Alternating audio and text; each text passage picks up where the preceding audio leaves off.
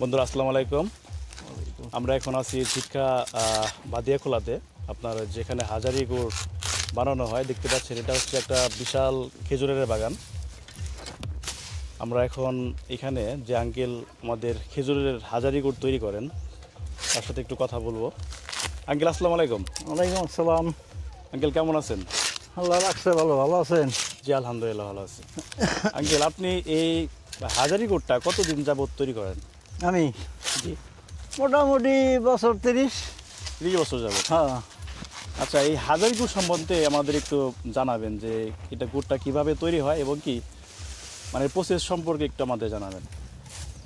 মোটামুটি গাছ কাটা লাগে ভালো করে, রড জাল দেওয়া লাগে ভালো করে, গুড় বানান লাগে পরিশ্রম করে, বিভিন্নটা সবটাই ভালো করলেই গুড় এলাই ভালো হয়। গাছটা কি পরিষ্কার করে কাটা লাগে একদম সেনসিটিভ। হ্যাঁ হ্যাঁ। গরম পানি দিয়ে ওয়াশ করতে হয়। না যেটা দেওয়া কি গুড় ঘটে যেটা জ্বালাম করে ওটা গরম পানি দিয়ে ওয়াশ করতে হয়। হ্যাঁ, তারপরে আপনার খাওয়া দিতে হয়, মানে ওই যে অল্প একটু গরম খাওয়া ঠান্ডা খাওয়া দিতে হয়। এগুলো মানে একেবারেই মানে সেনসিটিভ। সেটা হইলো একটু দান ভুল হইলে আর হাজারে হইব না, এটা তৈরি। যার জন্য এই গুড়টার গুণগত মান ভালো এবং আর সব এলাকায় এই গুড়টা তৈরি করতে পারে না, আর এরকম হয় না। যেমন ধরেন রাজশাহী এলাকায় গুড় তৈরি করে ওদের মতো করে, কিন্তু এই হাজারি গুড়টা আমাদের জিটকা এলাকায় যে হাজারি গুড়টা এরকম রাজশাহী ওরা তৈরি করতে পারে না।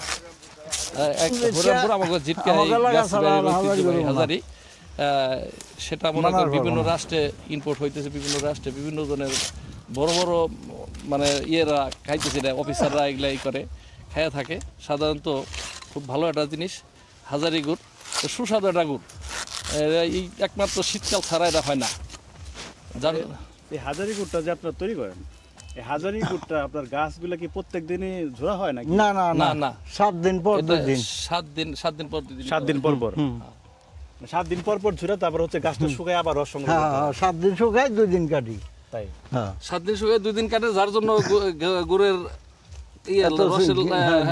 খাওয়াটা আসে লাল, এবং কি গুড় জাল এই রসটা জাল দেওয়ার সাথে সাথে এটার ঘ্রাণ অরিজিনাল যে হাজারি গুড়ের ঘ্রাণটা চলে আসে।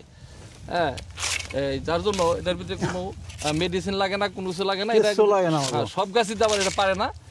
যেমন আমাদের হালিম ভাই আছে, দুলাল ভাই আছে, গাছি সম্বন্ধে মানে এরা বলতে চায়, এরা হলো একবারে ছোটকাল থেকে, আমার বয়স মোটামুটি 54 বছর। আমি হওয়ার পর থেকে আমার জ্ঞান বুদ্ধি হওয়ার পর থেকে ওনাদের গাছ কাটতে দেখতেছি।